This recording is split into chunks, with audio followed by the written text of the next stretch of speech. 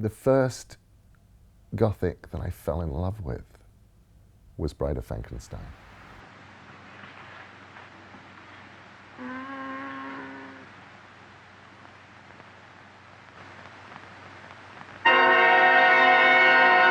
She's alive! Alive! I saw it as a boy, and I probably would have been about 12. Stayed up for it, and it was one of those late night Saturday horror things where they showed both.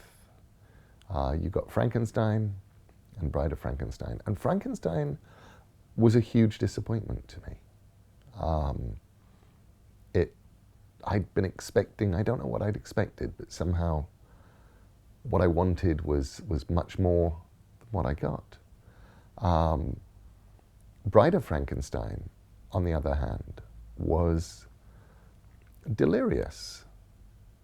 It had this very, very strange plot that I didn't understand as a boy, in which, you know, a lab has burned down already.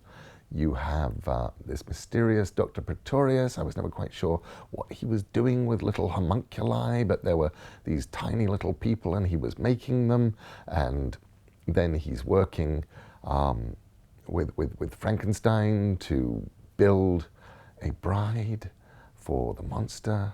And then it turns up and it's Elsa Lanchester. And it's my favorite, what is it, 2-3 minutes at most of film ever, is between the cloth coming off and Elsa Lanchester coming to life and her seeing Boris Karloff.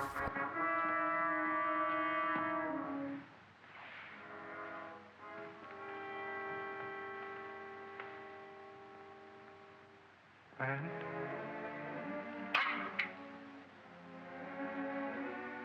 Friend?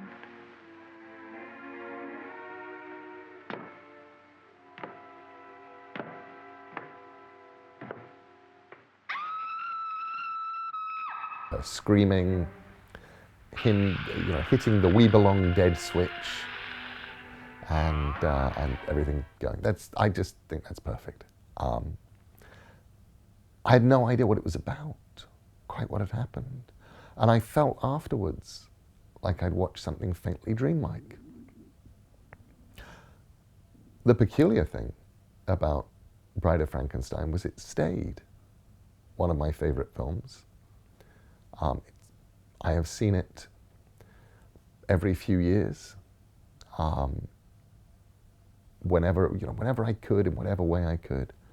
And I even showed it to my daughter when she was about 11 or 12 and really into movies, and watching her peculiar disappointment in it, realizing that if I'd shown her at that age, you know, Frankenstein meets the Wolfman, nice, big, amiable film with proper villains and things, she would have loved it. And instead, it was this film that is all atmosphere and all strange, slightly camp oddness.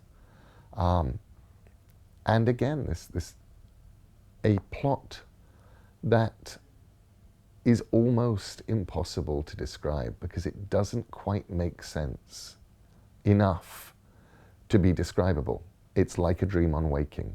You accept it moment by moment as you go, and then Bride of Frankenstein is done. The "We Belong Dead" switch has been pulled, and it's all over. And you go, what was that?